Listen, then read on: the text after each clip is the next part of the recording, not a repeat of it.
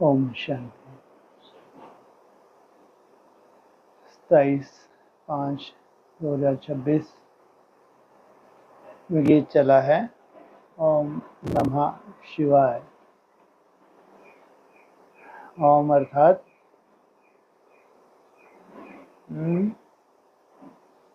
मैं आत्मा किसको नमन करती हूँ, कब करती हूँ? ओम नमः शिवाय। ओम अर्थात अहम, अहम अर्थात मैं आत्मा, नमः शिवाय कब? हाँ जी, जब समान बनती है तब कौन सा जन्म होगा? जब पारलौकिक जन्म हो। जब तुम कहते हो शिव जयंती हुई, क्या हुई? शिव जयंती, तो सामने कौन होता है? सामने भी तो होना चाहिए, नहीं तो भक्ति मार्ग हो गया।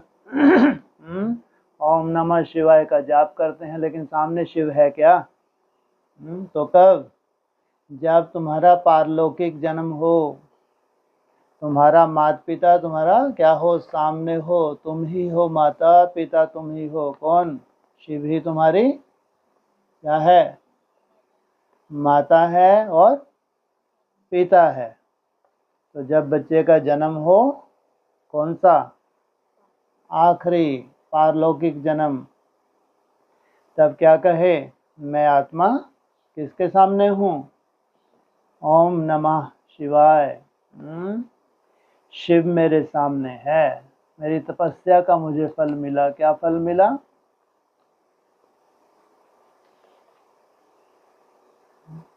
क्या फल मिला? जी, बाप के अंत को जाना, पूरा ही हप कर लिया। जो जो उसमें है क्या किया? पूरा हप कर लिया। अब कोई भी ऐसा सृष्टि का रहस्य बाकी नहीं है जो जिसका ज्ञान तुमको नहीं है। ओम शांति। बच्चों ने अपने बाप की महिमा सुनी, गाया भी जाता है ऊंच से ऊंच भगवान। उससे नीचे कितने हैं जी? 3। उनका रचयिता मना ऊंच से ऊंच भगवान। वह है सब बच्चों का बाप। बाकी जो भी हैं आपस में सब ब्रदर्स हैं और सबका बाप एक ही है। इसलिए त्रिमूर्ति को क्या बोला है? आपस में क्या है? ये भाई भाई हैं। वह है शिव बाबा। बाप ने समझाया है, हे बच्चों, भक्ति मार्ग में तुमको 2 बाप हैं, लौकिक और पारलौकिक बाप। रचयिता से रचना को वर्षा मिलता है, वह है हद का वर्षा और यह है बेहद का वर्षा। 2 बाप तुमको कब कब हैं?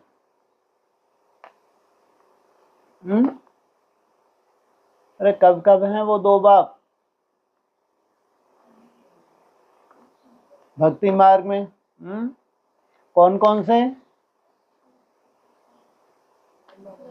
लौकिक और पारलौकिक। लेकिन भावना का फल मिलता है, कभी भी सन्मुख नहीं हुआ, उसकी पहचान ही नहीं थी। तो उसकी पहचान कब मिलती है? कौन सा बाप मिले? जब तक अलौकिक जन्म नहीं हुआ है तब तक पारलौकिक की पहचान और वर्षा मिल ना सके। तो वह है हद का वर्षा, यह है बेहद का वर्षा। बेहद का बाप तो एक ही है जिससे बेहद का वर्षा मिलता है। कितना बड़ा वर्षा है? बेहद का वर्षा बड़ा होगा छोटा होगा? कितना बड़ा है जी? पूरे कल्प का। वह है निराकार, उसका नाम है परम पिता परमात्मा शिव। केवल शिव बाप नहीं, क्या कहा? परम पिता परम आत्मा शिव। कहते भी हैं शिव परमात्मा नमः। वह है ऊंच से ऊंच, तुम्हारी बुद्धि चली जाती है निराकार बाप की तरफ। वह रहते हैं परम धाम में, जहां से तुम आत्माएं आती हो। बाप भी वहां ही रहते हैं। कहाँ? जहां से तुम आत्माएं आई हो पार्ट पे जाने के लिए, अब फिर वापस तुमको कहाँ जाना है? घर वापस जाना है। वह है ही सर्व का सद्गति करने वाला। उसमें भी भारत परम पिता परमात्मा का बर्थ प्लेस है। कहाँ जन्म होता है? भारत में। इसलिए कहाँ मनाई जाती है शिव जयंती भी? भारत में। कब होगी शिव जयंती? जी 27 में हो जाएगी शिव जयंती। अर्थ सुना अभी कितना बड़ा अर्थ निकला। भक्ति मार्ग वाला अर्थ थोड़ी निकला, कितना बड़ा अर्थ निकला जिसकी हम कल्पना भी नहीं कर सकते। तो शिव जयंती उम्मीद है हो जाएगी। कभी नहीं होगी ना, वो तो आई ही नहीं है। हाँ तो होगी ना, आशावादी तो रहो। उसमें भी भारत वो जो 27 की है वो घोर अज्ञान की रात्रि है। जो बड़ी से बड़ी अज्ञान की रात्रि है वो कब है? 27, 18 नहीं थी। तो उसमें भी भारत परम पिता परमात्मा का बर्थ प्लेस है। शिव जयंती भी यहाँ मनाते हैं। उस रूहानी बाप को ही ज्ञान का सागर, पतित पावन, लिबरेटर, गाइड कहा जाता है। उस रूहानी बाप को किसका परिवर्तन करता है? रूहों का। वही दुख हरता सुख करता है। यह भारतवासी जानते हैं। क्यों? क्योंकि भारतवासियों के ही दुखों को हरा, बाकी तो इतने दुखी हुए ही नहीं। सबसे ज्यादा पुराने कौन? भारतवासी। और सबसे ज्यादा दुख किन्होंने देखा है? भारतवासियों ने। सबसे ज्यादा सुख किन्होंने देखा है? भारतवासियों ने। कितना हिस्सा? 3 हिस्सा सुख और 1 हिस्सा दुख देखा है भारतवासियों ने? नहीं। लो, मुरली के महावाक्य झूठे हैं क्या? मुरली में अक्सर आता है तुम 3 हिस्सा सुख और 1 हिस्सा दुख। मुरली ने सुना नहीं कभी। लेकिन अभी वो दुख कितना भारी पड़ रहा है। जब उसकी रियलिटी मालूम पड़ती है तो लगता है कैसे भारतवासी होंगे, कैसे स्वीकार कर लिए इन्होंने ना, इतने दुखों के पहाड़ कैसे स्वीकार कर लिए कि जो 3 हिस्सा सुख था वो कहीं भी नहीं लग रहा। दुख कितने भारी पड़ गए 42 जन्म के। यह है दुख धाम। भारत ही सुख धाम था। बाप बच्चों को बैठ समझाते हैं, हे भारतवासी, तुम विश्व के मालिक थे, जबकि तुम्हारा आदि सनातन देवी देवता धर्म था। देवी देवता धर्म श्रेष्ठ, कर्म श्रेष्ठ थे। अब यह धर्म भ्रष्ट, कर्म भ्रष्ट बन गए हैं। अपने को पावन देवता कहला नहीं सकते। कलयुग अंत तक भक्ति मार्ग चलता है, इसमें ज्ञान होता ही नहीं। कलयुग अंत कब?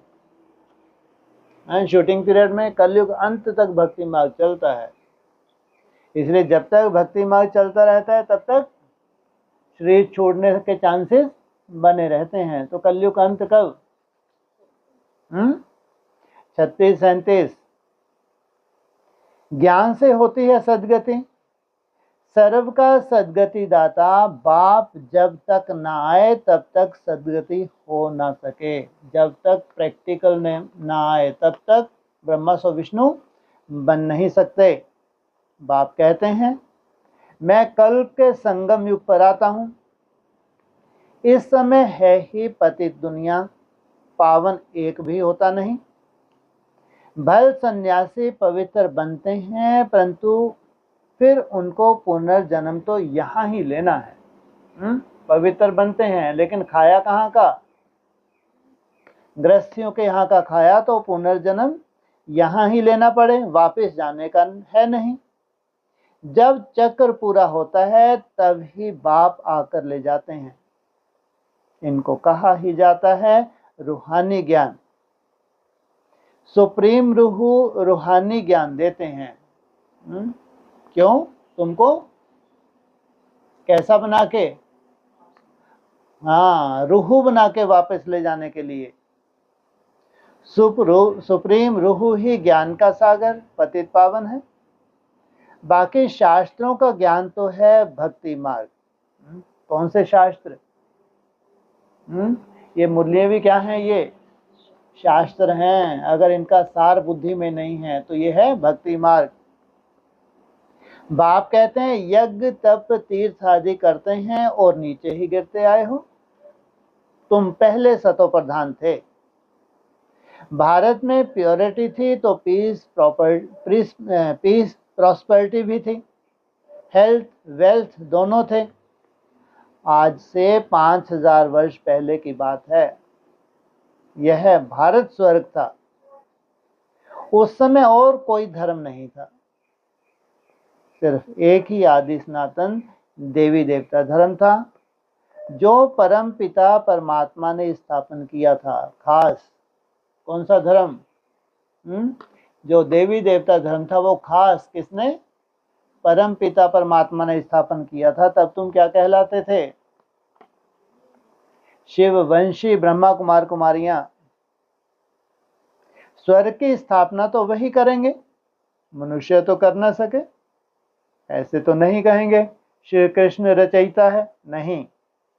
रचयिता एक ही निराकार शिव है, बाकी है उनकी रचना। रचयिता से ही रचना का वर्षा मिलता है। सबसे पहले वर्षा किसको मिलता है? उन्होंने उसको ही क्या बना दिया? रचयिता।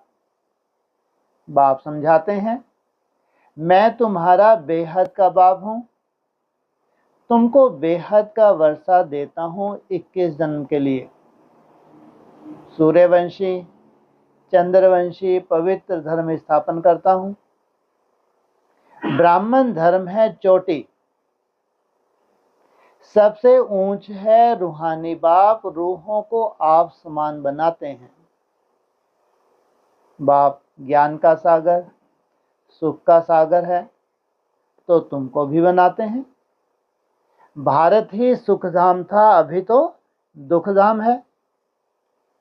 बाप कैसे आते हैं यह किसको भी पता नहीं है। क्या बाप कैसे आते हैं यह किसको भी पता नहीं है। सतयुग आदि से लेकर अंत तक यह सारी हिस्ट्री ज्योग्राफी भारत की है। यह लक्ष्मी नारायण कितने हेल्दी वेल्दी थे, कभी बीमार नहीं पड़ते थे। किस आधार से? हैं जी? राजयोग। कभी काल पर विजय पाने की शिक्षा, अभी काल पर विजय पाने की शिक्षा ले रहे हैं। ये है राजयोग। क्या करते हो ये तुम? काल को जीतते हो, साथ में हेल्थ और वेल्थ भी। बाप जिन्हें कालों का काल महाकाल कहा जाता है, वह तुमको काल पर विजय पहनाते हैं। क्या कहा है? वो कालों का काल महाकाल, और तुमको काल पर जीत पहनाते हैं। कौन सा चित्र है महाकाल का? तुमको काल पर जीत पहनाते हैं। है कालों का काल महाकाल, तुमको काल पर जीत पहनाते हैं। कौन सा चित्र है? हैं जी? विराट स्वरूप कितने की सेफ्टी करते हैं? 16,000 को सुरक्षित किया। तो नाम भी सुना शिवाय नमः। तुम ऐसे तो नहीं कहेंगे परमात्मा सर्वव्यापी है, कुत्ते बिल्ली में है। इसको कहा जाता है धर्म की गलानी। बाप की गलानी करते हैं। अभी यह है कल्प का संगम, अभी यह है कल्प का संगम समय। इस समय ही विनाश काले विपरीत बुद्धि कहा जाता है। विनाश काले विपरीत बुद्धि विनश्यते और प्रीत बुद्धि विजयते। अब विनाश तो सामने खड़ा है। गीता में भी लिखा है यादव कौरव पांडव क्या कर्तव्य है, क्या क्या कर रहे हैं, ये कौन कौन है, कितनी सेनाएं हैं, 3, कौन कौन सी, यदुवंशियों की, कहाँ है जी, जितने भी ब्रह्मा कुमार कुमारियां हैं ये है यदुवंशी, कृष्ण की सेना। कौरव एडवांस पार्टी, काऊ काऊ काऊ, ये क्या है, कौरव। और 5 पांडव, तो कितनी सेनाएं हैं, 3, कम कौन है, मुट्ठी भर 5 पांडव हैं, जिसके लिए भगवान आते हैं धर्म की स्थापना और अधर्म का विनाश करते हैं। सर्वशास्त्रमयी शिरोमणि श्रीमद् भगवत गीता है, उनसे ही फिर और शास्त्र निकले हैं, तुम जानते हो। गीता है डीटी धर्म का शास्त्र खास। कौन सा धर्म, डीटी धर्म का शास्त्र। बाप कहते हैं मैं आता हूं तुमको शूद्र से ब्राह्मण बनाता हूं, फिर सो देवी देवता बनाता हूं, फिर तुम क्षत्रिय वैश्य शूद्र बनते हो। बाप समझाते हैं मैं तुमको 84 जन्म, फिर बाप कहते हैं समझाते हैं तुम 84 जन्म कैसे लेते हो, क्या तुम 84 जन्म कैसे लेते हो, वो 84 जन्म कैसे लेते हैं, हाँ उनकी वहीं से उतरती कला शुरू हो जाती है। 1250 वर्ष में कितनी कलाएं कम हो जाती हैं, 2 कला, और फिर 1250 में और 6 कला। सबसे जास्ती जन्म जरूर वह लेते हैं जो पहले पहले सतयुग में आते हैं। मैक्सिमम 84 जन्म लिए हैं तुम भारतवासियों ने, मिनिमम 1 जन्म। यह भी बाप ही बैठ समझाते हैं। किनको समझा रहे हैं, भारतवासियों को। तो ज्यादा से ज्यादा भारतवासी कितने होते हैं, ज्यादा से ज्यादा, जिसमें मिनिमम भी आ जाए और मैक्सिमम भी आ जाए, यानी 33 करोड़। बाप बिगर किसको ज्ञान का सागर नहीं कहा जाता। पतित पावन ज्ञान का सागर कहने से बुद्धि ऊपर चली जाती है। बाप ही सबको लिबरेट कर वापस ले जाते हैं। सर्व का सदगति दाता एक ही बाप है। अच्छा, फिर सर्व की दुर्गति कैसे होती है, कौन करता है। सदगति सतयुग को, दुर्गति कलयुग को कहा जाता है। बाप कहते हैं मैं कल्प कल्प तुम बच्चों को आकर सदगति देता हूं। तुम बच्चे सारे वर्ल्ड की हिस्ट्री ज्योग्राफी को जानते हो। स्कूलों में तो आधी हिस्ट्री ज्योग्राफी सिखाते हैं। सतयुग त्रेता में कौन राज्य करते थे किसको भी पता नहीं। असली हिस्ट्री ज्योग्राफी कौन सी है, जो भगवान ने तुमको वर्षा दिया उसको कोई जानते ही नहीं। जो रावण की हिस्ट्री ज्योग्राफी है वो पढ़ाई जाती है। तो सतयुग त्रेता में कौन राज्य करते थे किसको पता नहीं, चित्र तो बराबर है। यह लक्ष्मी नारायण राज्य करते थे। कितना समय राजधानी चली तुम बता सकते हो।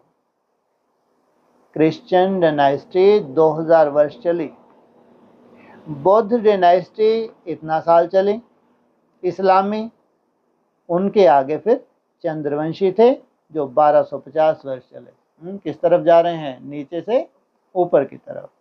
तो सिक्का किसका चला, इन सबके सिक्के चले हैं। अपने अपने समय में सबके सिक्के चले हैं। लास्ट सिक्का कब तक चला, रामचंद्र का सिक्का सबसे पुराना है। सतयुग त्रेता में सूर्यवंशी चंद्रवंशी ही थे, और कोई धर्म नहीं था। तुम ही सूर्यवंशी चंद्रवंशी बनते हो। वो पढ़ाई भी किनको पढ़ाते हैं, सूर्यवंशी और चंद्रवंशियों को। आप फिर से बने हो ब्राह्मण वंशी। यह सारा नाटक भारत पर ही बना है। भारत ही हेल और हेवन बनता है, और धर्म वालों के लिए नहीं कहेंगे। वह तो हेवन में होते ही नहीं।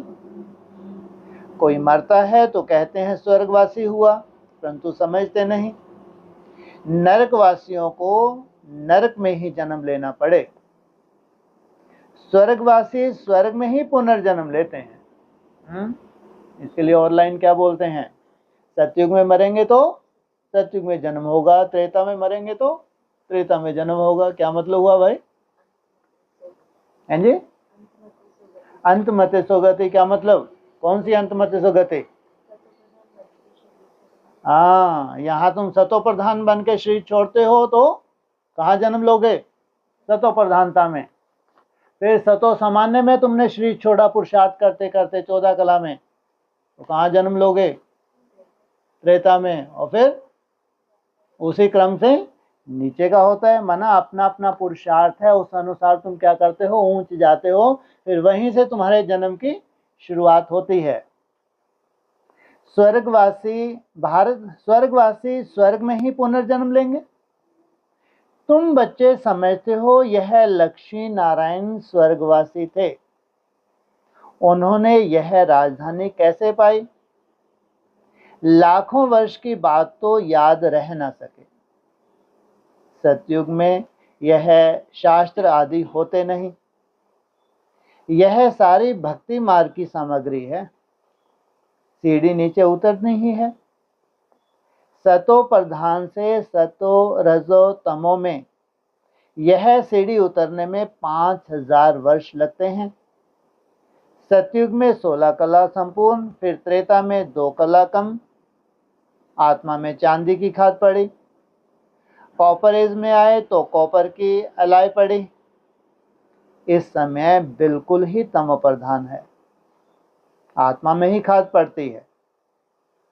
तुम ही पूरे 84 जन्म लेते हो, आत्मा में खाद पड़ती है तो शरीर का क्या अंजाम होता है? आत्मा में खाद पड़ती है, उसका प्रभाव शरीर पर पड़ता है। यह रूहानी बाप शिव बाबा आकर रूहानी बच्चों को समझाते हैं, तुमको अब आत्म अभिमानी बनना है। रावण की प्रवेशता होने से सब देह अभिमानी बन जाते हैं। अब अपने को आत्मा समझना है। हम ही 84 जन्म ले भिन्न भिन्न पार्ट बजाते आए हैं। अब 84 का चक्कर पूरा हुआ। क्या तुम्हारा अब 84 का चक्र पूरा होने जा रहा है। अब तो शरीर भी जड़ जड़ीभूत हो गया है।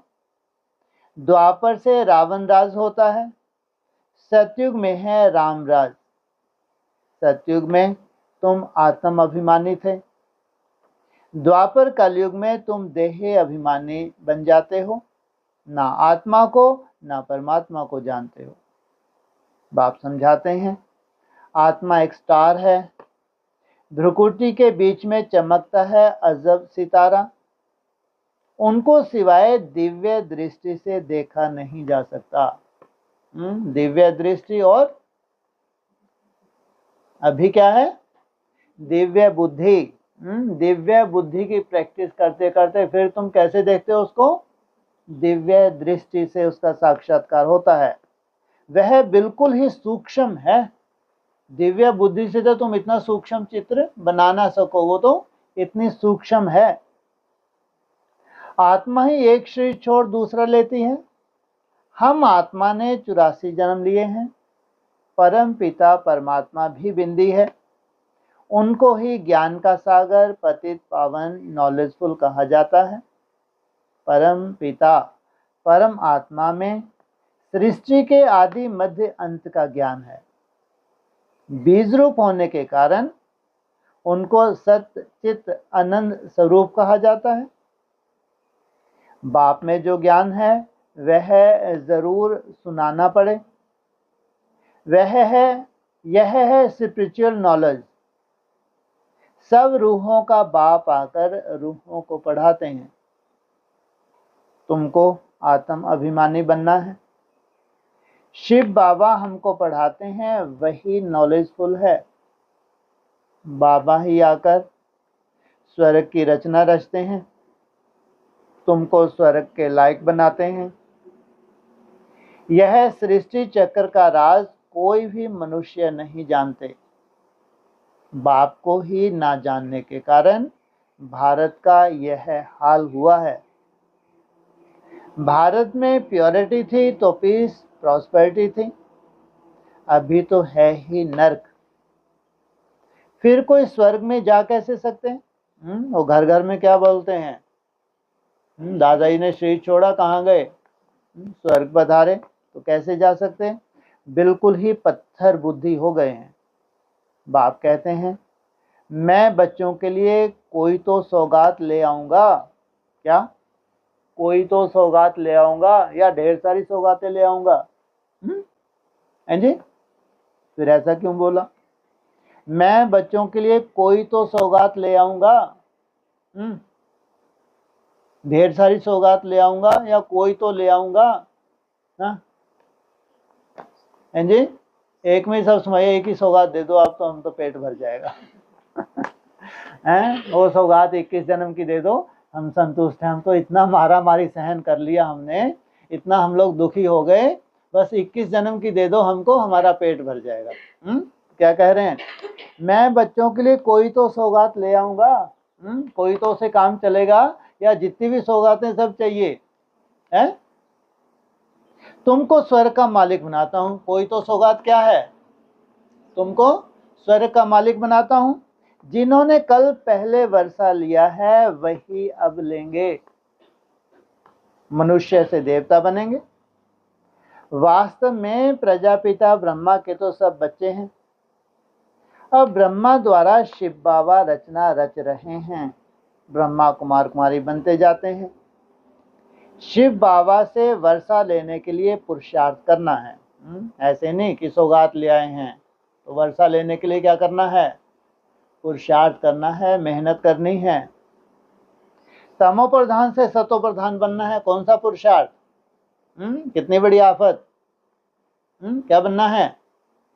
तमो प्रधान से सतो प्रधान। कैसे मालूम पड़ेगा सतो प्रधान बन गई? वर्षा तो उससे पहले मिलेगा ही नहीं। हैं जी? संकल्प रुक जाएंगे तो आपके देह रुक गई कैसे मालूम पड़ेगा? संकल्पों से देह भी तो रुकेगी। संकल्प रुके तुम मरे। संकल्प जिस दिन रुक जाएंगे तुम क्या हो जाएगा? मृत्यु। सतो प्रधान माना तुम्हारी मृत्यु। सतो प्रधान होके मरेंगे तो वहीं जन्म लेंगे। तो कैसे मालूम पड़ेगा तुम सतो प्रधान बन गए? हैं जी? शरीर भी साथ साथ, यही ऐसा ही शरीर रहेगा, कोई चमक आ जाएगी इसमें? तो कैसे मालूम पड़ेगा? ये कितनी बड़ी आफत है। सोचो, बनो सतो प्रधान है। आफत है या खुशी का अंबार नहीं, माना पारावार नहीं होगा। केवल लिक्विड ले रहे हैं लेकिन तुम्हारे जैसा आनंद कोई को हो नहीं सकता। ये तुम्हारी सतो प्रधान अवस्था की निशानी है जिसके लिए तुम ललायित हो, कब हम सतो प्रधान बने, कब हम सतो प्रधान बने। तो बाप कहते हैं बच्चे मुझे याद करो तो तुम्हारे सब विकर्म विनाश होंगे। यह स्पिरिचुअल नॉलेज सिवाय बाप के और कोई दे नहीं सकता। रूहानी बाप ही रूहों को नॉलेज देते हैं। तुम रूहानी यात्रा करते हो, देह अभिमान को छोड़ देही अभिमानी बनते हो। आत्मा अविनाशी है, आत्मा में ही पार्ट भरा हुआ है। आत्मा कैसे 84 जन्मों का पार्ट बजाती है अब मालूम पड़ा है। हम सूर्यवंशी थे, फिर चंद्रवंशी बने, फिर हमको सूर्यवंशी बनना है। अभी बाप सतो प्रधान बनने की शिक्षा देते हैं। माम एकम याद करो, सर्व संबंध उस एक से, केवल उस एक को याद करो। भगवान वाच, गीता का भगवान शिव बाबा है, ना कि श्री कृष्ण। श्री कृष्ण की आत्मा भी अब सीख रही है। अच्छा, मीठे मीठे सकीले बच्चों प्रति माता पिता बाप दादा का याद प्यार। Good morning. रूहानी बाप की रूहानी बच्चों को नमस्ते, रूहानी बच्चों की रूहानी बाप दादा को नमस्ते। ओम शांति।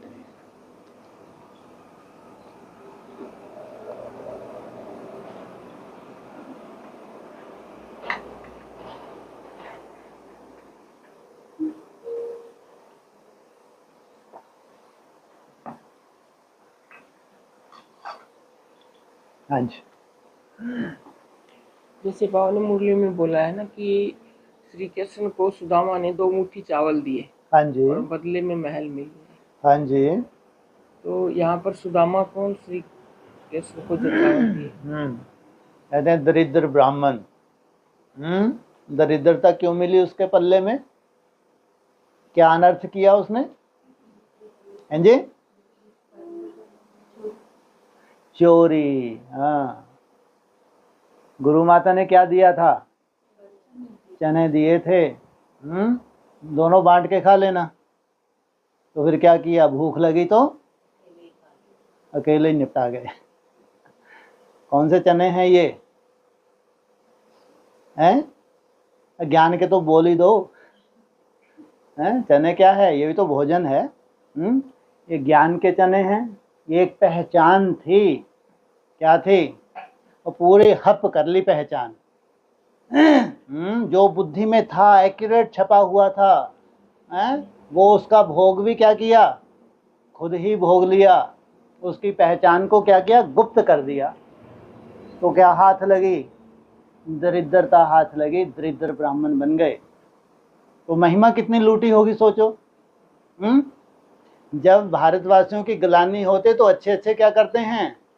जो उनकी महिमा के चने हैं वो ही खुद ही क्या कर जाते हैं? हप कर जाते हैं पूरे। कहीं हमारी ग्लानि ना हो जाए।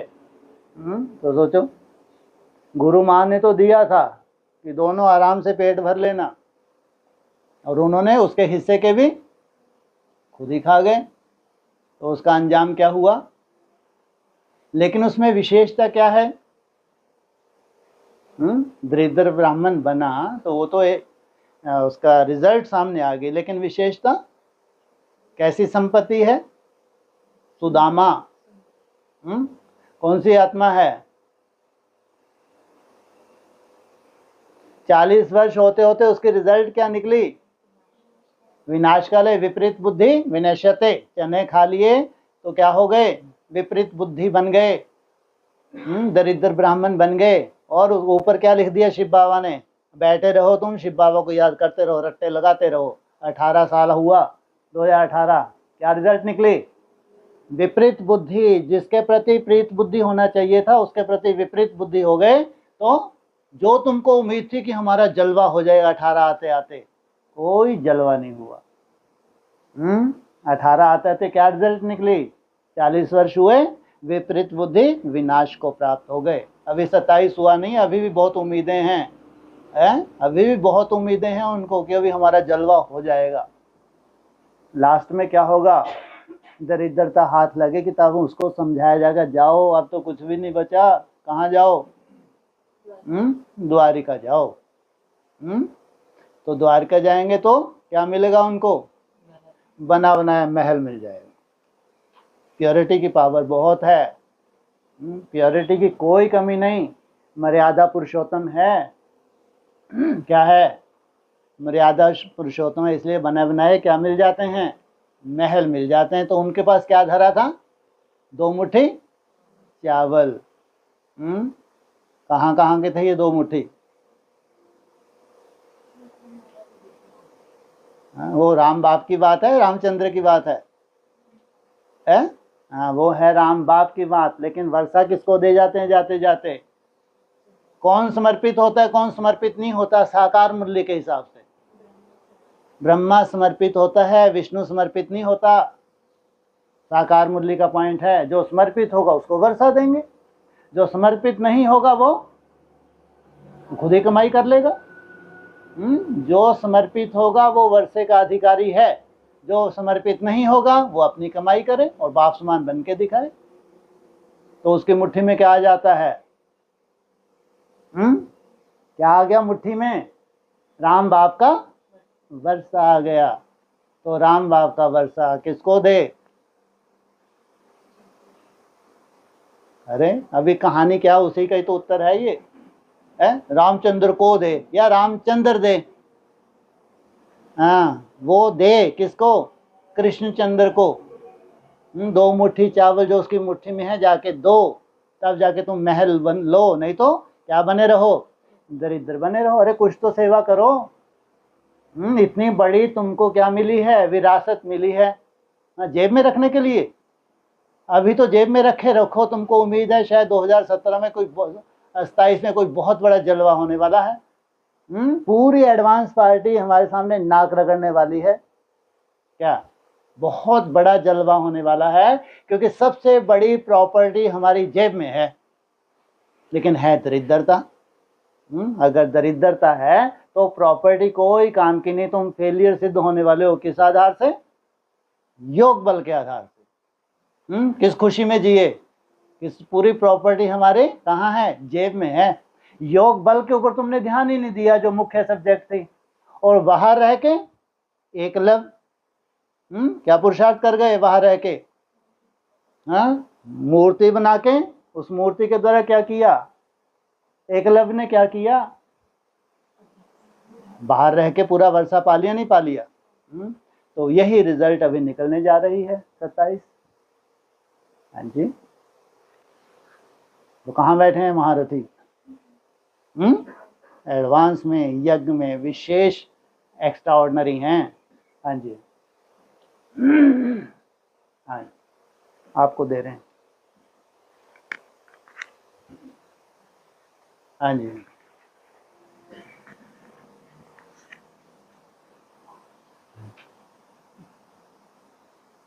बोलिए बोलिए।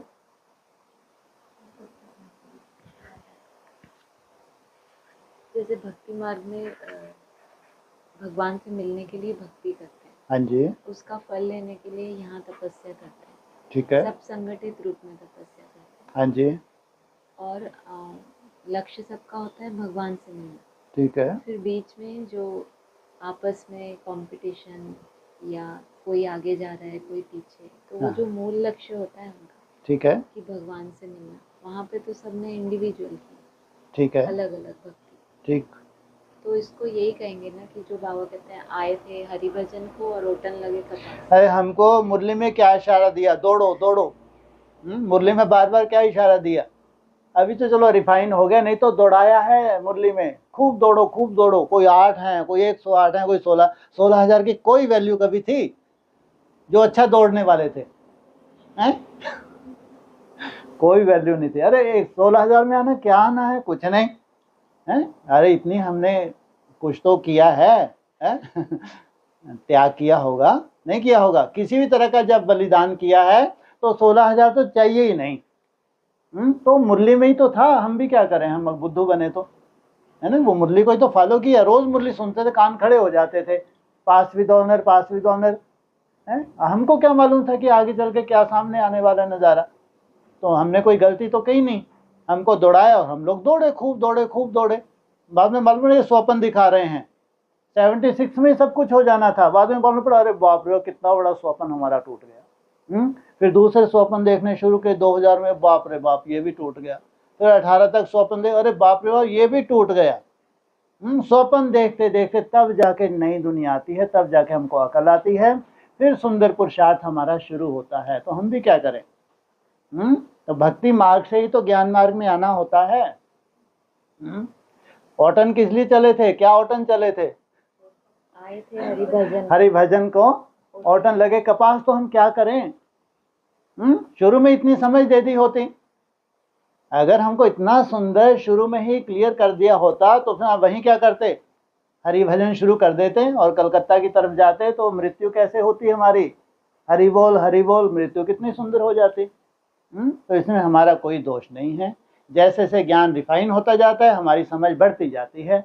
इसलिए अब लास्ट में हमारी समझ कैसी हो गई? ज्ञान भी एकदम रिफाइन हो गया। अब हम क्या कर रहे हैं? क्या बोल? हरि बोल तो अब सदगति हो जाएगी। हाँ जी, तो नई दुनिया के लिए नहीं कहेंगे ये बात। वो नई दुनिया का तो ज्ञान ही रिफाइन हो गया। अब क्यों? नई दुनिया तो छठे छटाई आते हैं। अरे नई दुनिया के कानून कायदे कैसे नए हैं या पुराने चल रहे हैं? इनके कानून कायदे देखते वहीं से हाथ जोड़ देंगे। वहीं से हमारी ओम शांति भेज देना। हाँ माना है तो परिवार ना, वहीं से ओम शांति भेजा करेंगे आगे चल के कि हम आ नहीं पा रहे लेकिन हमारी ओम शांति स्वीकार करें। क्यों? जो नए नए निकलते हैं तो वो क्या करते हैं, बोलो। जब नए नए निकलते तो अच्छी जब धारणाएं करते हैं तो चारों तरफ बताते हैं, और उनकी धारणाएं होने लगी खान पान की, रहन सहन की, तो जब दूसरों को निकालेंगे तो ठोक ठोक के निकालेंगे, वो घबरा जाते हैं। जबकि वहां जाके देखते हैं, अरे यहाँ तो बना हुआ भी मिलता है, हम तो डर डर के नहीं आए हैं। सोचो क्यों, आप सामने वाले ने त्याग किया है, तो जब त्याग किया है तो वैसे ही बना के लाएगा, एरा गैरा नथ वगैरह को उठा लाएगा, है ना, वैसे ही बना के लाएगा ना, ये तो कायदा भी है। तो जब वैसे ही बना के लाएगा तो वहां मोस्टली तो हाथ जोड़ देंगे, वहां जाके हमारी क्या करना, ओम शांति बोल देना।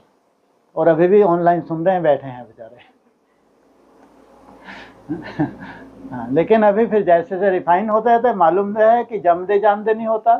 जब हमने ब्रह्मा कुमारी आश्रम ज्वाइन किया था तो कोई मासी का घर था क्या लहसुन प्याज छोड़ देना, किसी के हाथ का नहीं खाना, बाजार का नहीं खाना, कभी कोई सोच भी नहीं सकता। सोचो आप, किसी के हाथ का नहीं खा रहे, लहसुन प्याज नहीं खा रहे, अपने रिश्तेदारों के हाथ का नहीं खा रहे हैं। सोचो आप, कितनी बड़ी धारणा है। कर दिखाई नहीं कर दिखाई। जब 7 डेज कोर्स होता तो बाबा कहते थे अभी एकदम से धारणाओं की बात मत करना, घबरा जाएंगे, है ना, धीरे धीरे धीरे धीरे।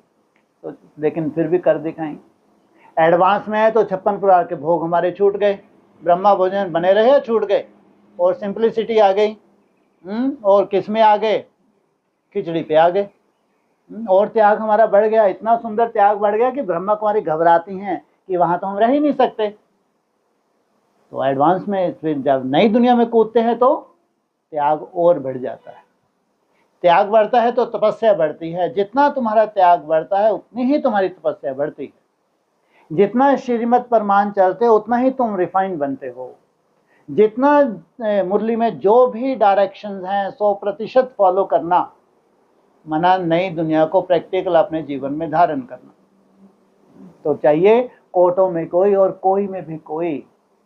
मैं जो हूं जैसा हूं, उसको कोटों में कोई और कोई में भी कोई धारण करते हैं, फिर बाप समान बन पाते हैं। इसलिए नई दुनिया माना सैंपल, पूरे ब्राह्मण परिवार को एक सैंपल चाहिए जिससे वो क्या कर सकें, भविष्य का अपना लक्ष्य ले सकें। हाँ जी।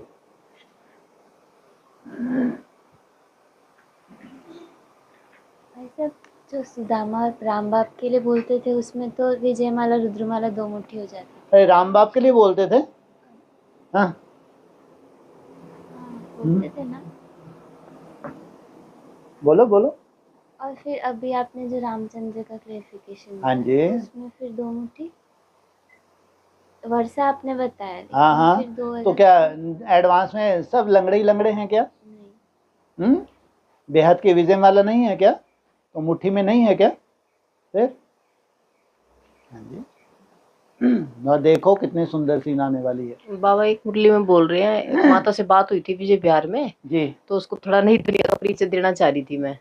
पुरानी दुनिया का मतलब सॉरी नई दुनिया का, मैं घबरा गया।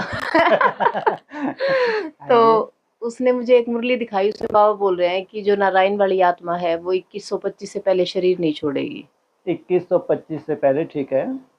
तो उसका कहना ये था कि जो साउथ में है ना, कौन सा सिटी है, जयनगर, हाँ हाँ यस, जयनगर की पार्टी बैठी थी, तो वहाँ डिस्कशन हुई थी बाबा से। तो 76 तक जन्म बाप का 76 में होता है ना। 76 से बाबा ने फिर कितने 150 वर्ष उसमें ऐड किए। तो उस हिसाब से बाबा ने क्लैरिफिकेशन दिया था, वहाँ जयनगर में दिया था। लेकिन बड़े से बड़ा पेपर एडवांस का होना चाहिए, नहीं होना चाहिए। बाप को जो अपना पुरुषार्थ करना है उसका पुरुषार्थ भी संपूर्ण होना चाहिए। अगर स्वेच्छा से ही आपको शरीर छोड़ना है तो सतो प्रधान तक आपको जाना चाहिए। मुरली के महावाक्य हैं, वो जो शिव बाप ने बुलवाया, वो जो डमरू, जैसे ब्रह्मा के थ्रू भी तो डमरू बजाया, नहीं बजाया? क्या से 10 वर्ष वो भी कितने ढेर सारे पॉइंट थे जो ना मम्मा के ऊपर लागू हुए ना, वो भी किसने बुलवाया? शिव बाप। शिव बाप नहीं बुलवाया ना। तो जबकि वो पत्थर की लकीर थे, लेकिन वैसा हुआ कहाँ? तो यहाँ तो बड़ा विनाश होना चाहिए। तो फिर बड़े विनाश में ऐसी बड़ी बड़ी बातें हैं जो रटी हुई हैं उनको, कि ये हुआ कैसे, राम बाप ने बोला था, कहाँ हुआ। तो ये विनाश के लिए था ये सब बातें। लेकिन किसी को नहीं मालूम कि वो 4.5 वर्ष का जो टाइम पीरियड है राम बाप का, 18 से लेके 22 लास्ट तक, या वो कैसे सुन के देखो जो 20 मिनट की या 30 मिनट की चली हैं, उसमें थोड़ी थोड़ी डिस्कशन भी है। तो कितना खा रहे हैं वो आप आवाज देखो लास्ट तक, लास्ट तक आप बाप की आवाज को चेक करो। एक दिन भी क्या आपको लगता है कि बाप बीमार है या नहीं मुरली चल रही? और वहां रिपोर्ट क्या दे रहे हैं जो साथ में हैं कि आप कितना खा रहे हैं? 2 चम्मच। कल्पना करके देखो और आवाज देखो। तो वो जो टाइम पीरियड था वो लास्ट टाइम पीरियड है जब उसको अपना संपूर्ण पुरुषार्थ करना है, जो शास्त्रों में गायन होना है। वो पुरुषार्थ किसी से गायन करने वाले ये हैं क्या? टूटे फूटे जो मरने वाले हैं ये गायन करेंगे क्या? गायन कौन करेंगे शास्त्रों में? अरे शास्त्रों में लिखा जाएगा, अपनी अपनी कथा कहानियां लिखेंगे, नहीं लिखेंगे? क्योंकि आत्मा में वो क्या होगा? संस्कार भर गया। यही संस्कार क्या होना है? साक्षात्कार के रूप में आगे चल के होगा। वो साक्षात्कार सब लिखे जाएंगे। इसलिए हरेक अपना अपना पुरुषार्थ कर रहा है, किसी से कोई लेना देना नहीं। हरेक अपनी तरह की शूटिंग कर रहा है जो शास्त्र में उसका गायन होने जा रहा है। इसलिए वो माता अपनी जगह सही है। लेकिन ये विनाश के पॉइंट्स हैं जो आगे चल के किसमें परिवर्तन होने थे। इसमें बहुत बड़ा इसमें विनाश होना था, इसलिए विनाश भी हो गया और स्थापना भी हो गई। जब राम बाप शरीर छोड़ते हैं वो 84 डेज, जन्माष्टमी से लेके पूरे 84 डेज हैं जब मुरली बंद की है चलानी। तो उस वक्त कैसी तुरिया स्टेज में रहे होंगे इसकी कोई कल्पना नहीं कर सकता। वो जहां वो बैठे हैं वो तो बिल्कुल भी नहीं कर सकते। जो वहां बैठे हैं वो कोई आत्म अभिमानी नहीं है जो वहां बैठे हैं, नहीं तो तांत्रिक को बुलाएं क्या है? जो वहां बैठे अगर उनका साक्षात्कार हो जाता, कैसी तुरिया स्टेज में है, तो क्या तांत्रिकों को बुलाते? वो तो वो शूटिंग होनी थी। लास्ट में क्या होना था? लाश को भी गुम होना था। तो वो ड्रामा की वो भी शूटिंग हो गई। तो इसको कहेंगे नथिंग न्यू, एक्यूरेट ड्रामा है। हाँ जी। तो कमजोर आत्मा ही है जो ये मतलब ये पॉइंट सुन के या देख के विनाश होना है इनका। हाँ, कमजोर ही तो हैं। उनको कभी निश्चय बुद्धि रहा ही नहीं हुआ होगा। किस लिए पढ़ रहे थे, किस लिए चल रहे थे? कि बस हम भी आगे चल के क्या हो जाएंगे, हमारे विषय रेजोनेट हो जाएंगे, हम रचयिता कहलाएंगे। ये सब रचना हो गई। बैठे बिठाए तो जो भोग भोग के क्या बनने जा रहे हैं? रचयिता। खाना पीना सब कुछ बड़ा भोग, खूब भोग रहे हैं। तो भी टाइटल क्या मिल रहा है? भगवान भगवती। और जिनको हम जन्म देंगे वो हैं देवी देवता। सोचो तो क्या दशा होगी इनकी। हाँ जी। और ले लो ये। हाँ जी, हाँ बोलिए। जय नरसा मैया की। डर रहे हैं? माइक से डर लग रहा है आज? क्या बात? अब तो ठीक ठाक चल रहा है कार्यक्रम। हाँ जी। हाँ, नर्मदा की जी। नर्मदा की सुनाओ। नर्मदा की कथा सुनाओ। हाँ, तो अर्थ देखो ना। नर्मदा क्या मतलब हुआ? नर और मादा, मादा है ना? बस इतना ही अर्थ हुआ। बाबा ने क्या बताया? सीधा सीधा किसी से भी पूछ लो। जो सिंपल है ना। अभी इसका नाम भी बदल गया, नर्मदापुरम। पहले इसका नाम था होशंगाबाद। बाबा ने बताया था उस वक्त, होशंग आबाद, जिसके संग से सब आबाद हो जाएं उसको कहा है होशंगाबाद। अभी इसका नाम बढ़ गया नर्मदापुरम। नर और मादा का कंबाइंड स्वरूप। नर्मदा था नर और मादा का कंबाइंड स्वरूप। जैसे हम कहते हैं विष्णु रूप, वो है कंबाइंड स्वरूप। जगदम्बा क्या है? ना नर है ना मादा है, दोनों पार्ट में जाती है। क्या क्या? ना नर ना मादा। गुरु शिखर का अंडी बच्चा है ये, तीर मारने में नंबर 1 शिखंडी। ना नर है ना मादा है, तो वो कौन है? गुरु शिखर का अंडी बच्चा शिखंडी फीमेल है या मेल है? दोनों ही है। तो बाबा ने मुरली में क्या बोला है? भीष्म पितामह को वान, छोटी छोटी कन्याएं बड़े बड़े भीष्म पितामह क्या मारेंगी? वान मारेंगी। प्योरिटी की पावर है। ये है नर्मदा। क्या? ये है जगदम्बा। इसके तीर कैसे होंगे? जो अच्छे अच्छे भीष्म पितामह के छक्के छुड़ा दे। सोचो इसके तर्कश में आज की डेट में कितने जबरदस्त तीर भरे हुए होंगे। बस मौका चाहिए। हाँ, भीष्म पितामह जी आओ सामने, हमको तुमको छल नहीं करे। तो ये नाम पड़ा नर्मदा। नर और मादा माना फरिश्ता। ना नर है ना मादा है। फरिश्ते क्या होते हैं? ना नर होते हैं ना मादा होते हैं। फरिश्ता अर्थात कंबाइंड स्वरूप, नर्मदा अर्थात कंबाइंड स्वरूप। कहाँ है? नाभि कुंड है। क्या है? नाभि कुंड। कितने जुड़े हैं? नर भी हैं तो मादा भी हैं, लेफ्टिस्ट भी हैं तो राइटियस भी हैं। तो जहाँ 16,000 आत्माएं नाभि कुंड से जुड़ी हों उसको बताया है जगदम्बा। क्या कहा है? कौन सी उंगली है? छोटी उंगली है। कितनों की छत्र छाया? 16। हाँ, तो दूसरा आपने क्या बोला था? क्या साक्षात्कार हुआ था आपको? किसके हूँ?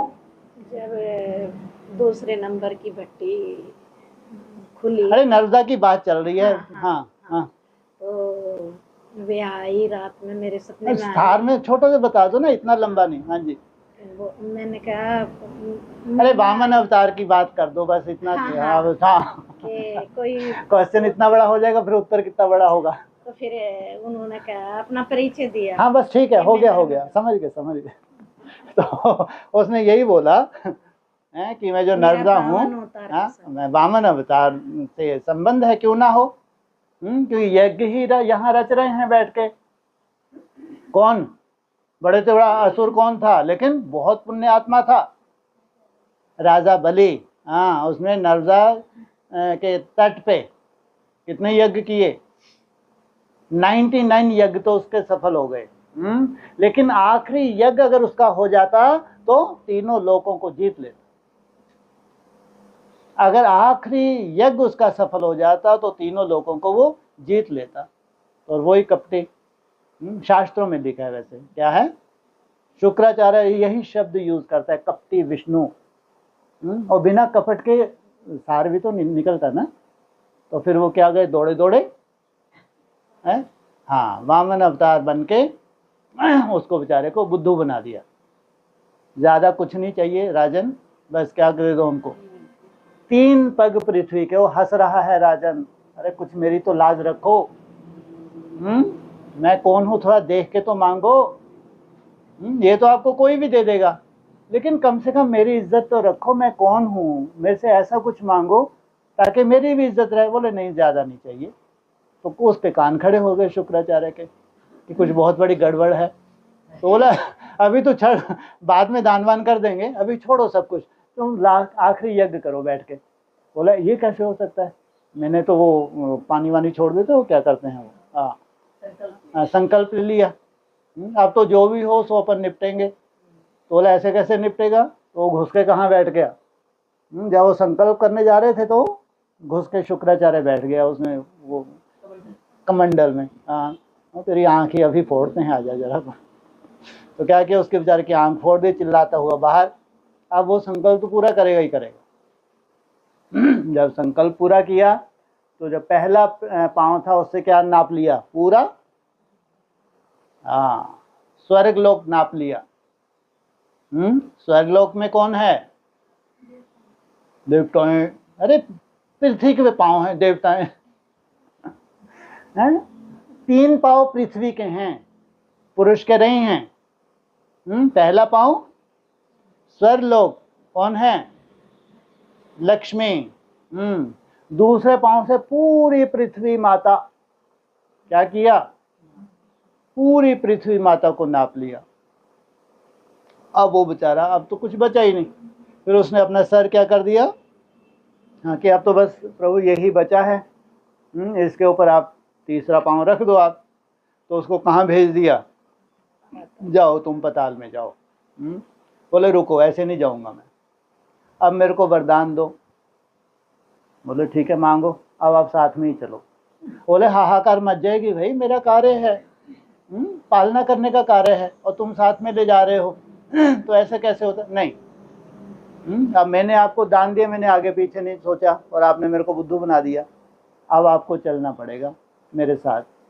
तो फिर उन्होंने प्रॉमिस किया चलो चलते हैं, लेकिन कितने मास के लिए, मंगलिक कार्य कितने मास के लिए नहीं होते, लगभग 4-5 मास, 4 मास। देव उठने 11 और हाँ, तो वहां जाके उसकी रक्षा की, क्या बन गए वहां जाके, चौकीदार बन गए। अब तू चिंता मत कर, जब तक मैं बैठा हूं तेरे पास कोई माया आने वाली नहीं है, तुम आराम से सो, तो भी तुम्हारा पार्ट फिक्स। बताते हैं कि वो चौकीदारी की और बलि आराम से खराटे मारता था, और उससे प्रॉमिस किया था तुम आराम से सो, बिल्कुल चिंता मत करो कि तुमने इतना बड़ा दान कर दिया, अब हम तुम्हारी सेफ्टी करेंगे, कोई तुम्हारे पास माया नहीं आ सकती और तुम्हारा पार्ट फिक्स है। तो कहाँ हुआ ये सब कांड, नर्मदा के घाट पे। हाँ जी, हो गया कथा, बढ़िया। हाँ, और हाँ जी, कहते हैं नर्मदा का एक एक कंकड़ क्या है, शंकर। शिव पुत्री है, क्या है वो, शिव पुत्री है। हाँ, शिव को क्या स्वीकारा, नहीं स्वीकारा, पति के रूप में स्वीकारा ही नहीं। शिव पुत्री है, क्या है, कहाँ की बात है, समर्पण के बाद की बात है। समर्पित होके रहे, लेकिन राम बाप की कैसी बन के रही, मैं पुत्री हूँ आपकी, शिव पुत्री। नहीं तो क्या कायदा है, किस संबंध के लिए तरसेंगे, संगम युग पे जो संबंध आपने नहीं जोड़ा ब्रॉड ड्रामा में, उस संबंध के लिए तरसना पड़े, तरस जाएंगे, चिंता नहीं, लेकिन हम यहाँ आपकी पुत्री बन के ही रहेंगे।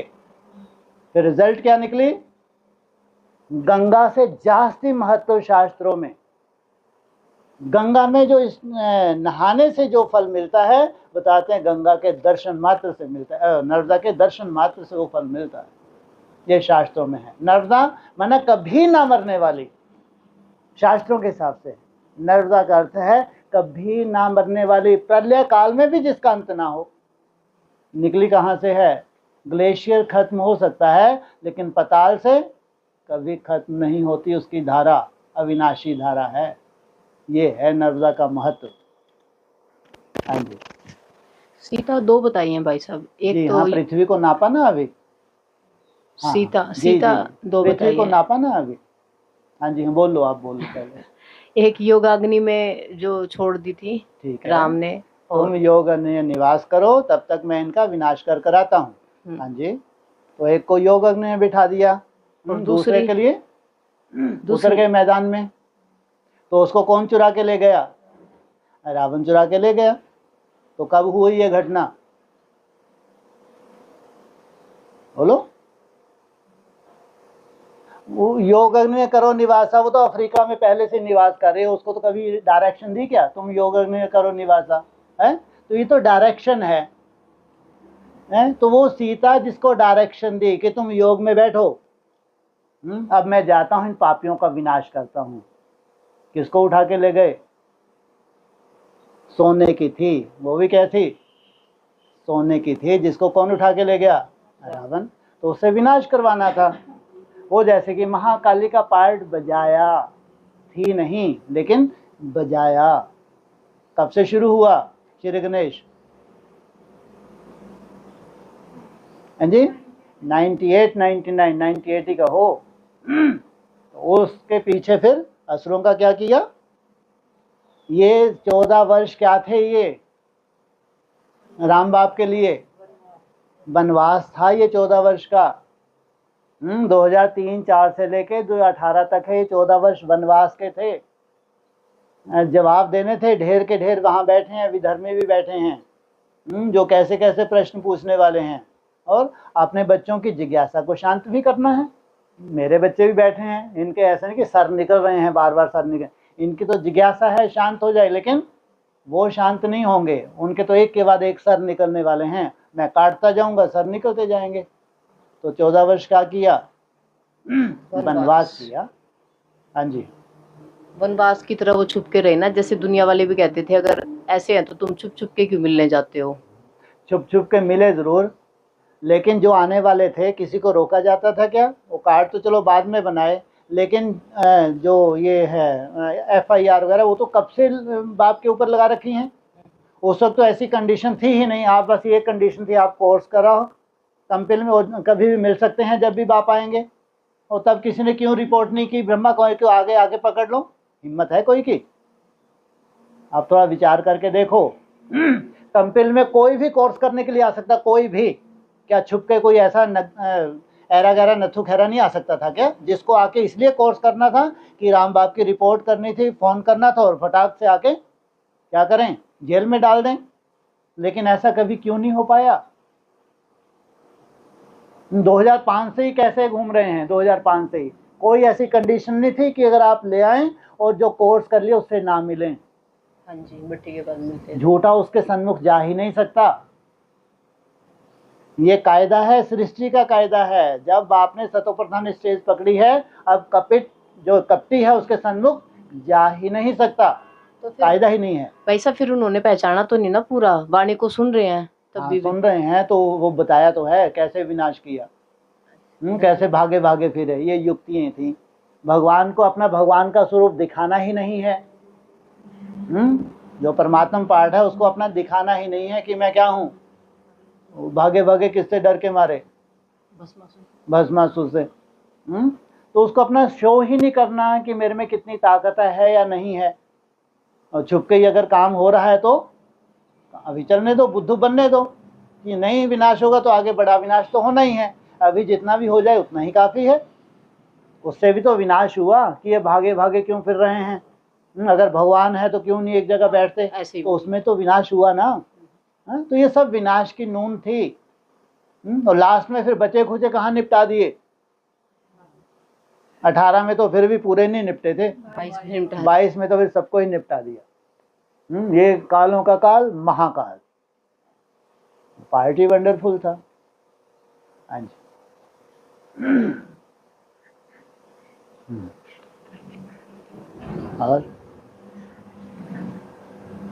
और किसी का कोई प्रश्न ऑनलाइन ले लें? हाँ जी, हाँ दे दो। आपने जिधर बोला ना कि जो आते हैं तो उनको बोलते हैं कि भाई हमारी ओम शांति बोल देना खाने पीने से डरकर। हाँ जी, ये बहू ने बोला था हमारी ने मेरे से। मेरे को याद ही नहीं रहा था, जो आपने बोला ना तो अब याद आया। हाँ, कोई बात नहीं। वो डरती है, ऐसे कहती है मेरे से नहीं ऐसे रहा जाता।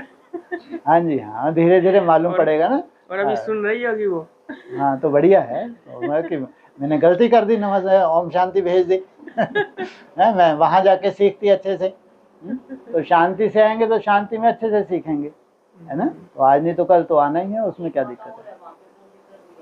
हाँ जी, हाँ सब आएंगे, चिंता नहीं करें। जो ओम शांति भेज रहे हैं वो घर के ही हैं। बाहर वाला ओम शांति भेजेगा, ओम क्रांति भेजेगा, है वो तो ओम क्रांति भेजेगा, ओम शांति कभी नहीं भेजेगा। जो ओम शांति भेजता है वो हमारे कुल का है, वो आज नहीं तो कल मिलेगा। हाँ जी, हाँ बिल्कुल, यथाशक्ति बिल्कुल। हाँ जी, और ठीक है। ऑनलाइन किसका कोई प्रश्न हो बोलो भाई।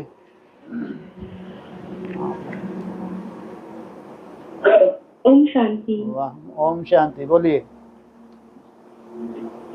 भाई साहब जो अभी कहा था कि अंत मति तो गति।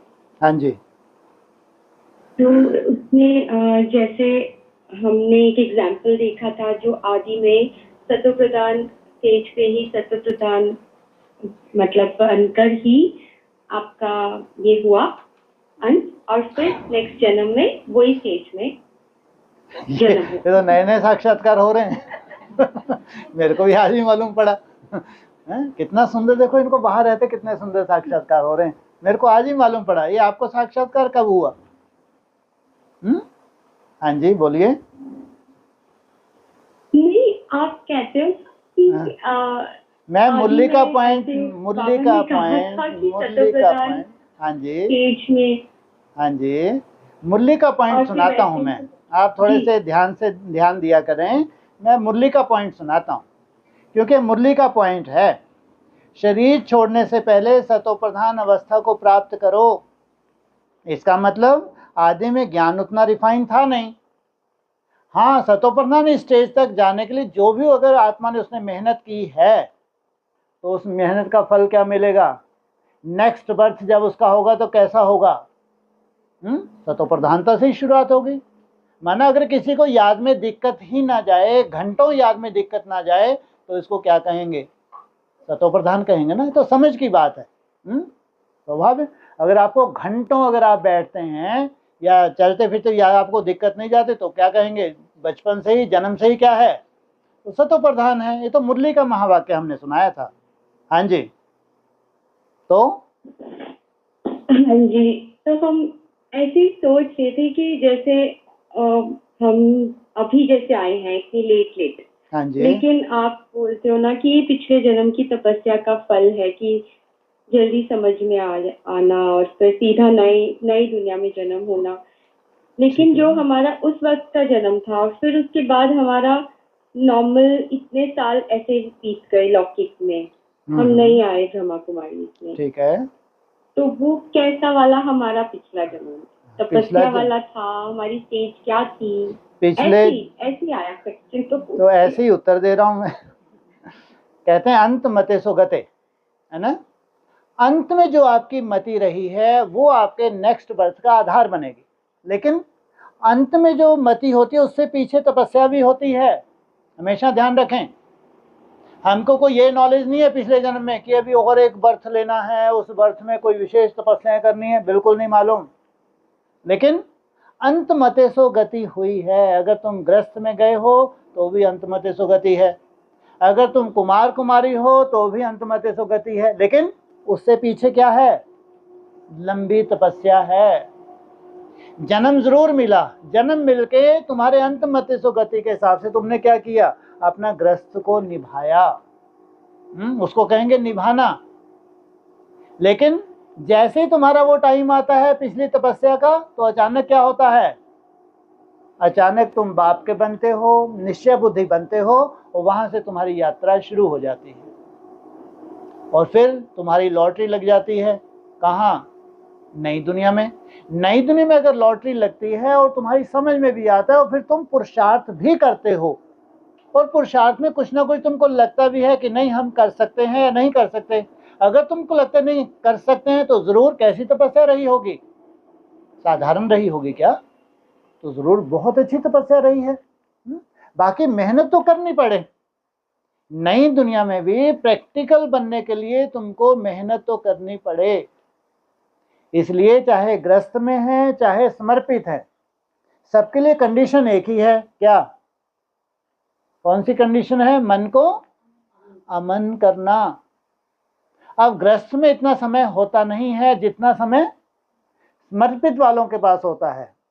तो वो क्या करते हैं? हर कर्म करते हुए मन को क्या करना है? मन तो कहीं तुम्हारा बिजी होता नहीं है। तुम्हारी दिनचर्या फिक्स है, नाश्ता बनाने का टाइम फिक्स है, खाना बनाने का टाइम फिक्स है, घर में जो भी है उनके लिए जो जो तुमको करना है वो फिक्स है। अब तुम्हारे लिए ये है कि अब तुम ये ट्रेनिंग करो कि हर कर्म करते हुए बाबा बाबा की धुन लगाओ। फिर वो जो तुम्हारी मेहनत है वो है बीज। उतनी अच्छी रिफाइन याद नहीं है, लेकिन तो भी तुमने बीज डाला है। वो बीज जो डाला है, वहां जो तुमने तपस्या की है, उसका फल क्या मिलने वाला है? तुम्हारे सब बंधन खल्लास हो जाएंगे।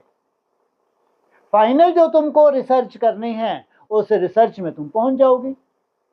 लेकिन अंत मते सो गति तो होती ही है। चाहे हम गृहस्थ में रहें, चाहे हम कुमार कुमारी बने, इसका आधार क्या होना चाहिए? अंत मते सो गते। लेकिन हर एक का अपना अपना पुरुषार्थ है, वो कोई नहीं छीन सकता। इसलिए गृहस्थ में रहते रहते भी कोई कोई कितने सुंदर पुरुषार्थ कर जाते हैं।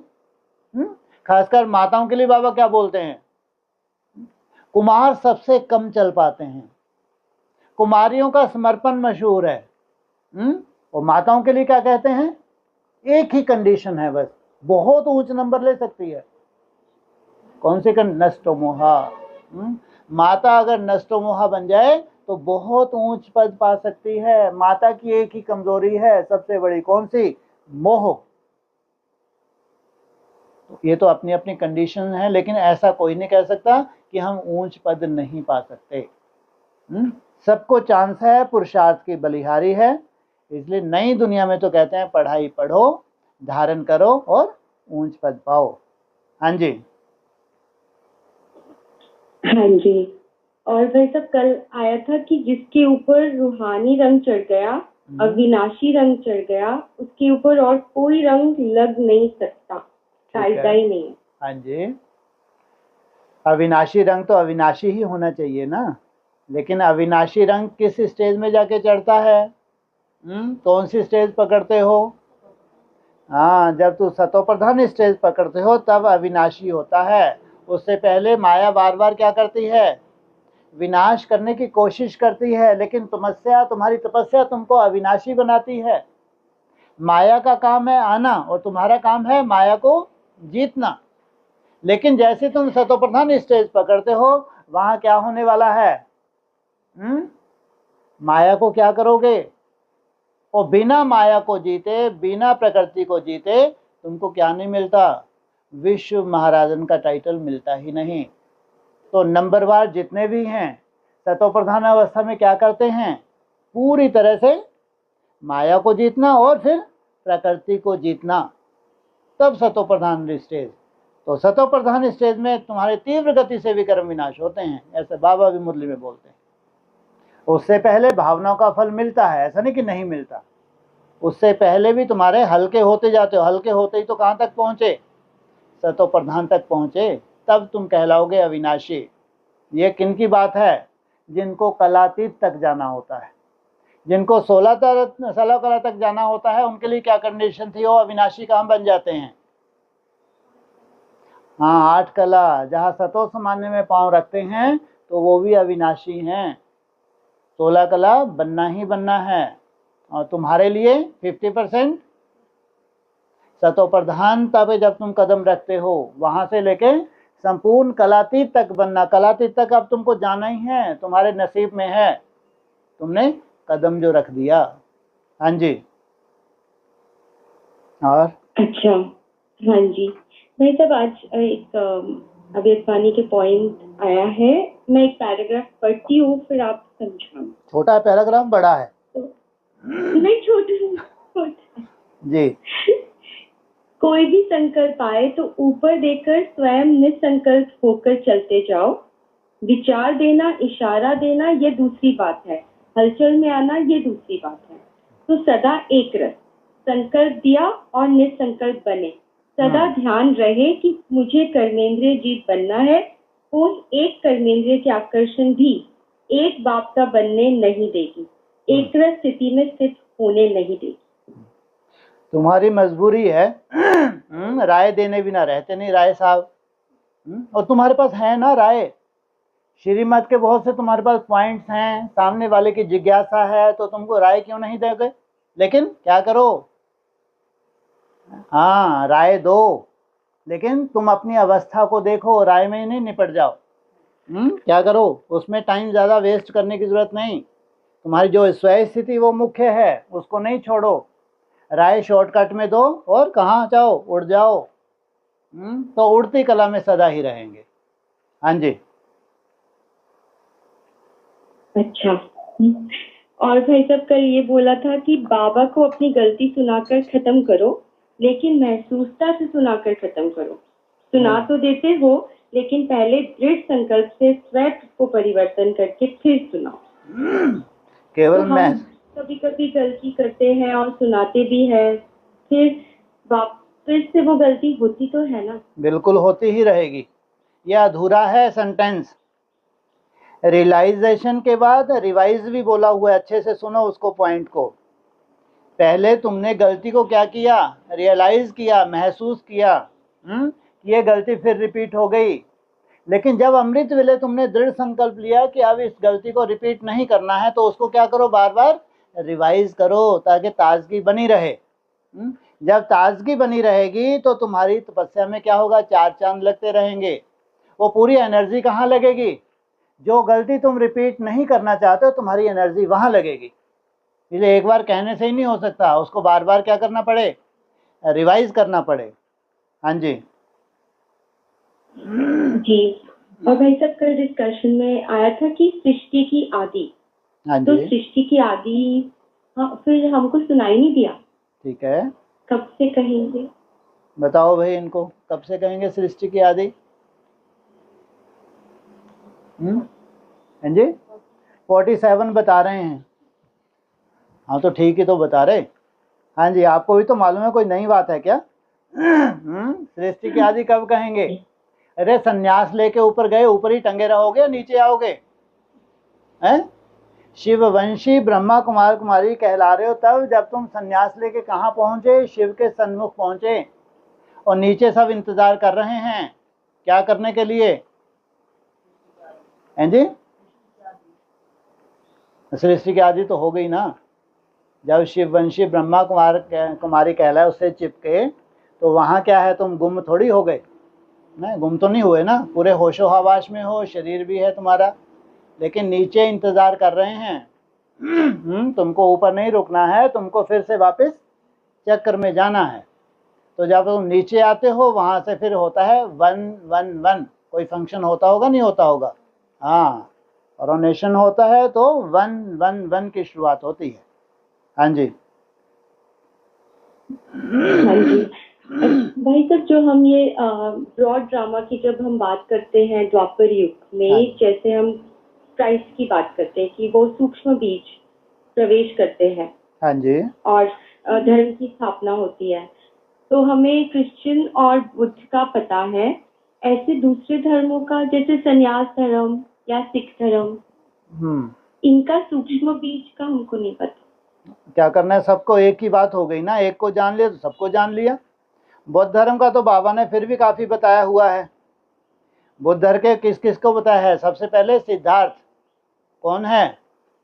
आधार मूर्त, उसका बाप सुदोधन वो है बीज, और बिंदुसार वो क्या है? सुख पूर्वज। हाँ, सूक्ष्म बीज तो ऊपर से प्रवेश करेगा, वो नहीं छोड़ेगा कभी भी अपने धर्म को। वो आज भी कहाँ होगा? बौद्ध धर्म में ही होगा। सभी धर्मों के यही कंडीशन है। हाँ जी अच्छा जी। और भाई साहब कल बाबा ने कहा कि बाप को एक एक बच्चे से पदम गुना प्यार है। ठीक है, कहाँ चले गए? तो एक एक बच्चा मतलब बाबा तो आए कितने के लिए है? बाबा 800 करोड़ के लिए तो आए नहीं है, तो उनको तो प्यार है भी नहीं पदम गुना। जितना तुमको पदम गुना प्यार है उतना बाप को तुम्हारे से प्यार है। 800 करोड़ को तो है ही ना जानकारी मिलती है, केवल साक्षात्कार करेंगे बस आगे चल के। 800 करोड़ में जो 600 करोड़ हैं उनको क्या बोला है मुरली में? ये तो लास्ट में तो कीड़े मकोड़े हैं। इनका तो कोई मनन चिंतन भी नहीं है। तो पॉपुलेशन ज़्यादा से ज़्यादा कितनी है? 200 करोड़ कहेंगे जब बाप आए, तो ज़रूर 200 करोड़ में भी खास 33 करोड़ हैं जो देवी देवता हैं। अब भारतवासियों का उत्थान हुआ तो पूरे विश्व का उत्थान हो जाएगा। तो खास जो बीज हैं, खास जो आधार मूर्त हैं, उनका परिवर्तन होना है। उनके परिवर्तन से इस सृष्टि का परिवर्तन है। सब धर्मों की श्रेष्ठ आत्माएं हैं ये। हाँ जी हाँ जी। और भाई साहब बाबा ने कहा कि पहले तो आत्मा को पहचानना है और बाप द्वारा ही बाप को पहचान सके। हाँ जी हाँ, बाप द्वारा ही बाप को पहचानना, यह है अंत की बात। परिचय तो दिया, पहले से ही परिचय नहीं दे दिया। पहले क्या था? शुरू में आत्मा कैसी है? अंगुष्ठा मिसल। फिर सूक्ष्म ज्योति बिंदु। तो फिर किसने रिसर्च की इसके ऊपर? ओम राधा ने, कि आत्मा भी सूक्ष्म बिंदु है तो परमात्मा भी कैसा होना चाहिए, सूक्ष्म बिंदु। फिर बोला मैं जो हूँ जैसा हूँ, मतलब जो हूँ तो ठीक है लेकिन जैसा हूँ, नाम रूप से न्यारा नहीं हूँ, ये अंत की बात है। तो अंत में एक्यूरेट परिचय होता है कि बापसमान बनने के लिए। हाँ जी। हाँ जी, हाँ जी। और भाई साहब, ये वाला भी पॉइंट कल बहुत अच्छा था कि आप ऐसे होली पवित्र बनते हो जो आपका शरीर और आत्मा दोनों पवित्र रहते हैं। हाँ ये जी, वाला पॉइंट, हाँ जी, हाँ। आत्मा और शरीर। किसका मिसाल दिया था, पक जाती है। क्या पकती है, कोकी पूरी पक जाती है, जल जाती है, लेकिन स्नेह का धागा वो बरकरार रहता है। इसलिए आत्मा के साथ साथ तुम्हारा शरीर भी रिजुविनेट होना, ये है होली मनाना। हाँ जी। जी भाई साहब, और कल जो 2 रोटी और दाल की बात आई थी, तो आपने एक्सप्लेन किया 2 रोटी का, तो हमको समझ में आया। आ गया। पर दाल अरे दाल है, दाला नहीं है, दाल है, दाला है। दाल है फीमेल, दाला मेल। दाला कभी कोई बोलता है, कहीं भी चले जाओ, दाला मैंने तो नहीं सुना। बोलता है कोई, क्या बोलते हैं, दाल। दाल माना प्रवृत्ति मार्ग की बीज है, 2 दल वाली है। क्या है ये, प्रवृत्ति मार्ग की बीज है, 2 दल वाली, सदा ही हरी भरी रहती है। मूंग की दाल। अच्छा, मोंगिया सरनेम जो है तो उनको लगता है मूंग की दाल की बात पूरी क्यों नहीं की आपने है? और ये 2 रोटी वो बेलती हैं गोल गोल, वो बन जाता है भारत का नक्शा। तो रोती है बैठ के, कोशिश करती है बेचारी एकदम गोल बेलूंगी, पूरा गोल बेलते बेलते क्या बन जाता है, भारत का नक्शा, और फिर रोती रहती है। ये 2 रोटी हैं। और लास्ट में क्या मिलता है इनको, सफलता मिलती है नहीं मिलती, मिलती है सफलता। और फिर भात कहाँ जाएंगे, अधूरे ही बने तुम भी। 2 रोटी दाल भात, वो कैसा चावल है, सदा ही खड़ा है, आदि से अंत तक खड़ा है। होगी पूरी। अरे माता जी को मेरे को लिखाना है आगे चल के, कविता माता को तीर मारने हैं जबरदस्त। हाँ जी, हाँ हो गया। नहीं हुआ। हाँ तो दाल का ही द्वारा पूछोगे और क्या पूछोगे। नहीं आया। क्या दाल समझ में नहीं आई या रोटी समझ में नहीं आई? अरे आपको क्या समझ नहीं आई तो बताओ, दाल समझ नहीं आई या रोटी समझ नहीं आई? दाल दाल मैंने बोला था ना दाल ही पूछ। अरे मैं भी ऐसा लगता है कहीं कहीं त्रिकालदर्शी तो नहीं बन गया। तो ये दाल क्या है, 2 दल वाली है। 2 दल का माना प्रवृत्ति मार्ग की दाल है। वरुण शंभु नितु रहु कुमारी नहीं है। क्या है, सदा ही प्रवृत्ति की है, नवृत्ति मार्ग है ही नहीं, जीवन में ही नहीं है, पूरे कल्प में ही नहीं है। 2 रोटी दाल भात, साथ में क्या चाहिए, 2 रोटी और साथ में ये तो मिलेगा मिलेगा, तुम भारतवासी हो, तुम्हारे लिए फिक्स है, अंत तक तुम भोजन मिलेगा ही मिलेगा, तुम कभी भूख मर नहीं सकते। सोचो, तो ये बेहद की 2 रोटी और दाल भात मिलेगा ही मिलेगा। हाँ जी, हो गया। रिकॉर्डिंग सुनिए। क्यों अभी कट रही है क्या आवाज? हाँ तो बाद में सुन लेना, उसमें क्या है। नहीं, सुनाई तो दिया। हाँ तो बहुत क्लियरली समझ में नहीं आया यहाँ सबको। इसमें क्या क्लियर की बात है, अब तो होना क्लियर। हाँ आप लोग बताओ क्या क्लियर नहीं हुआ, तो उनको भी नहीं हुआ होगा। जो सन्मुख बैठे हैं, जितना इनको क्लियर हो उतना आपको क्लियर हुआ जी। अब चावलों खड़ा डंडा बता तो दिया, चावल तो चावल माना खड़ा डंडा, चावल कैसा होता है ना, भात है चावल नहीं, नहीं तो पेट और ही खराब हो जाए। पका हुआ है, दाल भात है ना, भात माना पका हुआ चावल है, लेकिन कैसा है, छिलका उतरा हुआ है, छिलका चढ़ा हुआ नहीं है। इसको तो मस्तक पे भी लगा लेते हैं, बहुत कल्याणकारी है।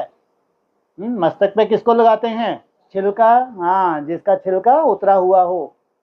तो 2 रोटी दाल भात।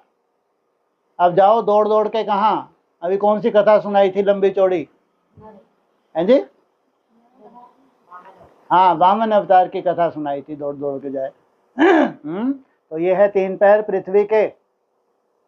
अब चले जाओ कौन सी त्रिमूर्ति पे, जो एडवांस में त्रिमूर्ति का जिक्र आता है। आता नहीं आता? कहाँ त्रिमूर्ति शास्त्रों के हिसाब से मेल चोले होने चाहिए या फीमेल भी चलेगा? हाँ, मेल चाहिए, लेकिन यहाँ फीमेल चलाते हैं, क्योंकि पालना के निमित्त कौन बनती है? फीमेल। फीमेल का वाइब्रेशन जब तक मेल को ना मिले तब तक उनकी संपूर्णता नहीं है, इसलिए ये त्रिमूर्ति है। 2 रोटी दाल और फिर भात। तो 4 तरह की दाल खाओगे क्या? हैं? ऐसे तो दाल कितनी तरह की होती है, वो गैस करती है, ऐसा मैंने सुना है ना। दाल भी तो 2 तरह की ना, धुली हुई मूंग भी है और छिलके वाली मूंग भी है ना। तो छिलका भी तो ज़्यादा थोड़ी ऐसे फटाक से उतरने वाला है। छिलका भी है तो जैसे उतरने में टाइम लगेगा क्या? तो फिर कैसी हो जाएगी? धुली हुई मूंग। तो और हल्की हो गई। हाँ जी, हो गया। हाँ जी।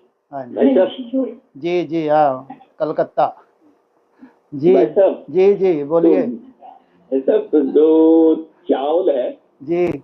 उसको खड़ा डंडा कहेंगे, जो दाल है उसको बैठा डंडा कहेंगे। बैठा डंडा नहीं, डंडी बोलो। डंडी डंडी। हाँ डंडी, डंडी चलेगा। हाँ, ऐसे तो काम भी नहीं चले ना, बिना डंडा डंडी के काम कैसे चले?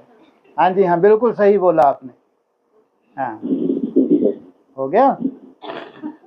और भाई साहब, वो एक 2 जनक है ना भाई साहब, उस दिन का बात है ना, 2 जनक।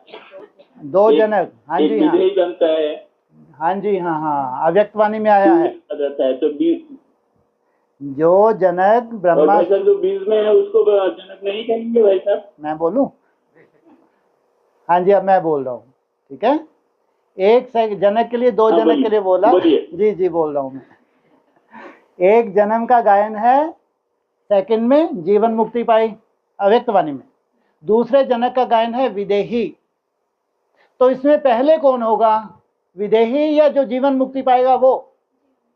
पहले है, जो पहले पहले जीवन मुक्ति को प्राप्त करता है वो है जनक। पूरी सृष्टि का क्या हो गया? ये हो गया जनक। अब ये जनक क्या गुल खिलाएगा? राम को नारायण बनाएगा। क्योंकि जब ये जनक प्रत्यक्ष होता है तो नाभि कुंड से कौन निकलता है? ब्रह्मा। माना ब्रह्मा भी अधूरा है तो राम भी अधूरा है, तो उसको नारायण बनाया। जो मुरली में आया है, जनक ने राम को नारायण बनाया।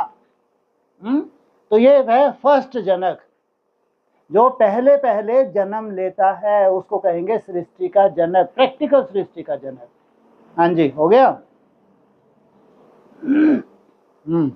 कहाँ चला गया? तो भाई साहब आपके जनक, अरे आपके जनक में थोड़ा सा टाइम है।